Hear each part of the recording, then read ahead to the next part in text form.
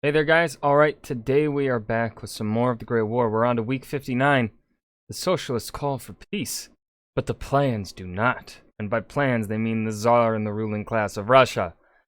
Or, well, the ruling class around the world. I'm sure this is probably a slightly tricky title, and he wants you to think he's just referring to the Socialists within Russia, but no, I bet he's probably referring to the Socialists around the world calling for peace. Because I believe actually around this time, if I'm not mistaken, I believe Benito Mussolini around World War I was a socialist, right?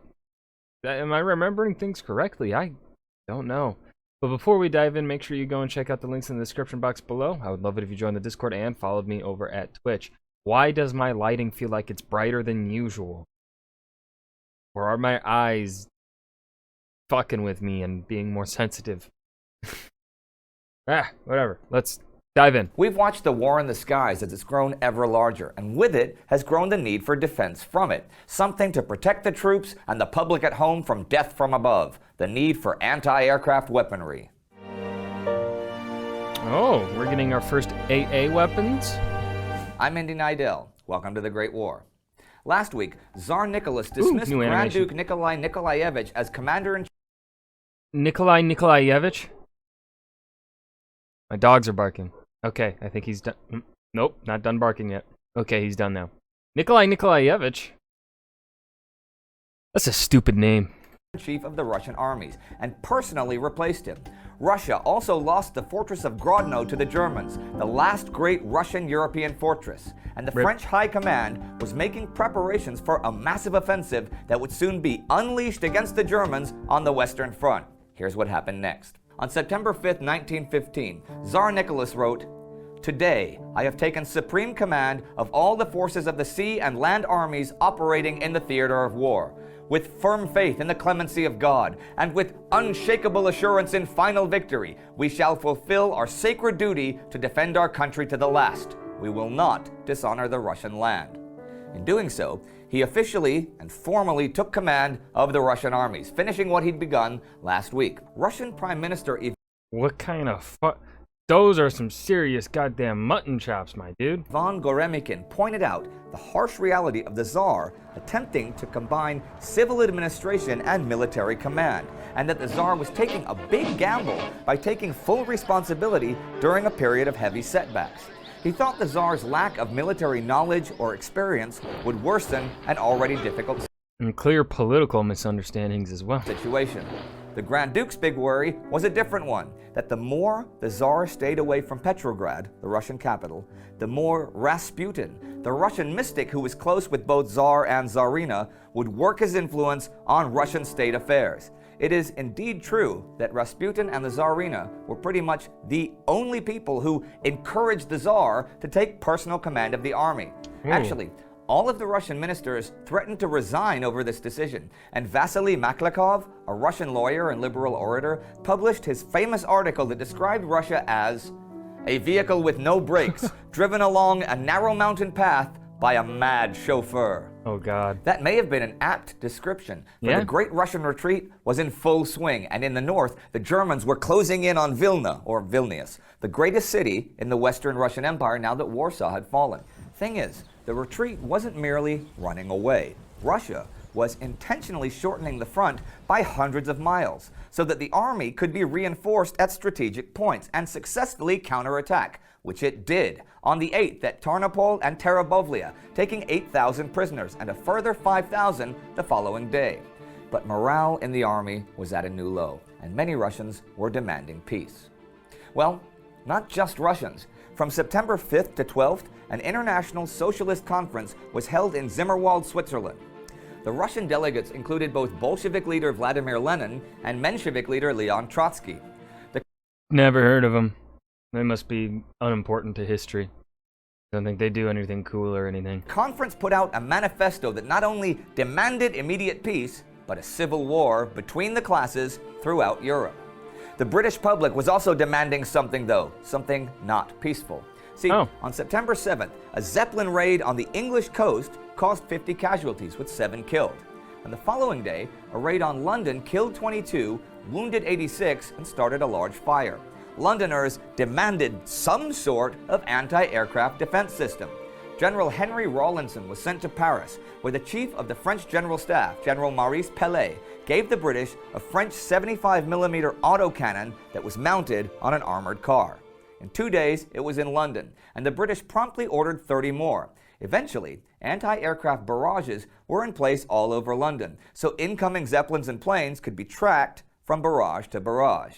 Anti-aircraft development was by now becoming crucial, and here's a good anti-aircraft war story that takes place a few weeks later, in the future, on September 30th. The future! Enemy planes were bombing the Serbian city of Kragujevac, and a Serbian artillery gunner named Radoje Lutovac was at his cannon. He aimed at one of the planes and took it down with his first shot. Nice. Several sources claim that this was the first time an airplane was shot down from the ground, although from what I can figure out, that's not the case.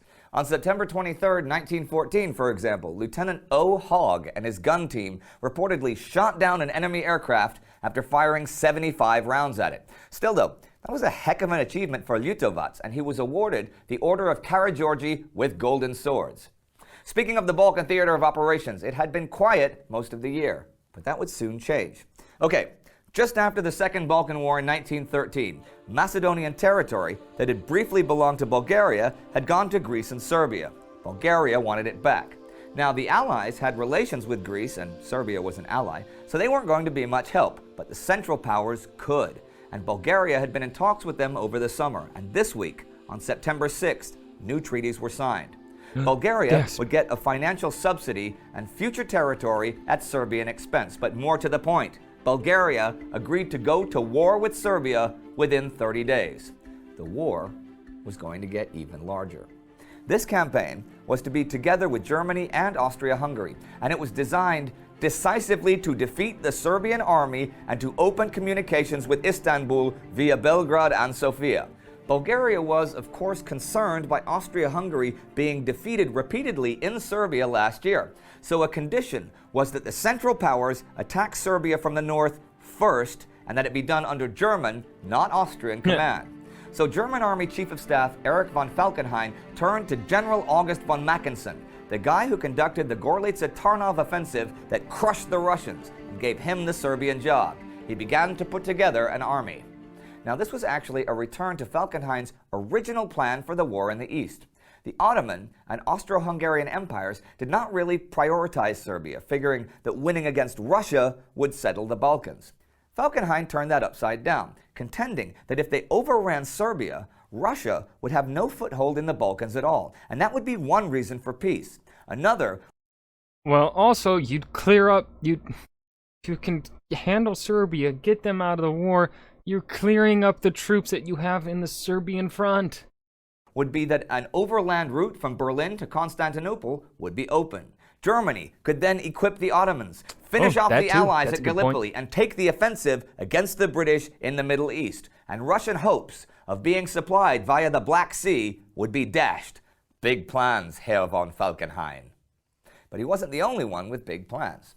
Last week we talked a bit about French strategy and their various plans for a new autumn offensive that would finally break the German lines, and it was General Joseph Joffre's plan, an immense battering ram of heavy artillery, that would be the one used. But where would this happen? It would happen, as the French offensives had happened before, in the Artois and in Champagne. The Vimy Ridge and the railway junction behind the German lines at Mézières and Champagne were as desirable as ever. So the main attack would be by the French 4th Army in Champagne, but there would also be a bunch of secondary attacks at the same time by the 10th Army in Artois and the British 1st Army at Loos. See, these other attacks were supposed to siphon off the German reserves from the main one. Joffre had told the British his ideas back in July at a conference in Chantilly, and while the British would not agree to allowing direct French command, they agreed to the general idea of things. British Secretary of State for War Herbert Kitchener and Commander Sir John French actually wanted to wait until 1916, when they thought the Allies would finally be at full strength, but the deterioration of the Russians was sending off enormous alarm signals, and the attack would take place within weeks.